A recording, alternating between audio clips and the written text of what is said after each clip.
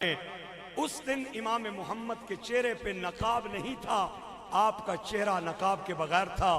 آپ سواری پہ تشریف فرما تھے، دائیں بائیں آپ کے سینکڑوں نوکر تھے اور آپ کی سواری اس شان سے چلتی آ رہی تھی۔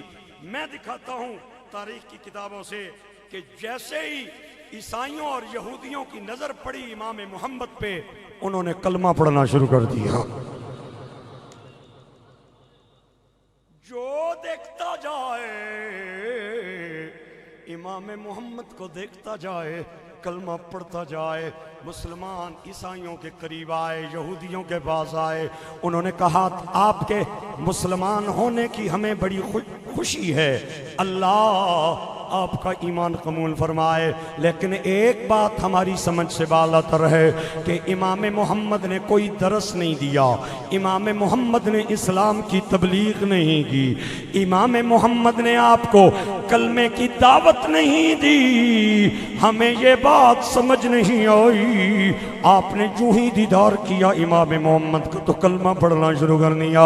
ہم اس کی وجہ جاننا چاہتے ہیں۔ عیسائیوں یہودیوں نے جواب دیا، آپ کے امام نے ایمان کی دعوت نہیں دی، کلمے کی دعوت نہیں دی، اسلام پہ واز نہیں کیا، ہم نے صرف دیدار کر کے کلمہ پڑھ لیا۔ مسلمانوں نے کہا یہی بات تو پوچھنا چاہتے ہیں، دیدار کر کے آپ نے کیسے اسلام قبول کیا؟ یہودیوں عیسائیوں نے کہا کہ جب ہم نے آپ کے امام کو دیکھا ہمارے دل نے گواہی نہیں۔ اگر یہ مسلمانوں کے چھوٹے امام کا حال ہے، مسلمانوں کے بڑے محمد کی کتنی اونچی شان ہوگی۔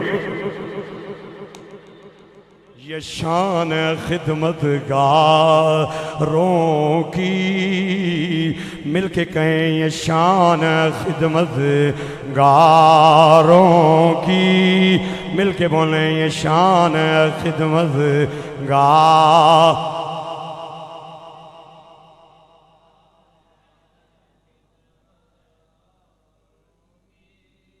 آستانہ علیہ بطان شریف آزاد کشمیر سے پیر صاحب تھوڑی دیر بعد تشریف لا رہے ہیں۔ یہ ہمارا اعزاز ہے کہ قبلہ پیر صاحب آج ہماری مسجد میں تشریف لا رہے ہیں اور تھوڑی سی تاخیر انہیں ہو گئی ہے۔ مل کے بولیں یہ شان خدمت گاہ، یہ شان خدمت گاروں کی، سردار کا عالم کیا ہوگا۔ میں جو بات کہنے جا رہا تھا وہ یہ ہے کہ امام محمد کی بارگاہ میں ایک بندہ آیا، آ کے کہتا ہے امام صاحب میں نے منت مانی تھی کہ میرا ایک کام ہو جائے، میں جا کے کعبے کی چوکھٹ کو پیار دوں گا، کعبے کی چوکھٹ کو بوسہ دوں گا۔ اب میرا کام ہو چکا ہے، میں اپنی منت پوری کرنا چاہتا ہوں، لیکن وجہ یہ ہے کہ میں مکے جا نہیں سکتا، میں جا کے کعبے کی چوکھٹ چوم نہیں سکتا، میں کیا کروں؟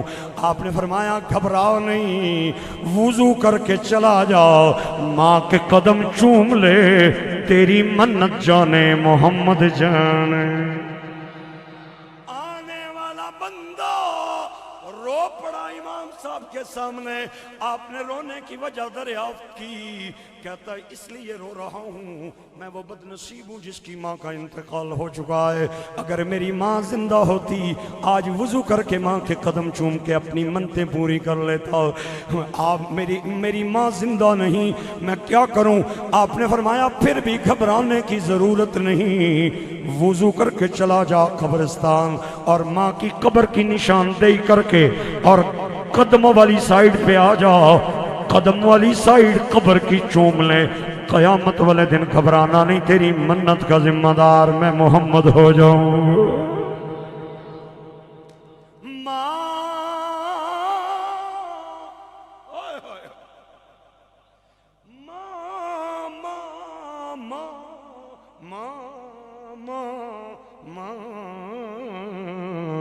ورگا غم خار نہ کوئی تھے، جانے کون حقیقت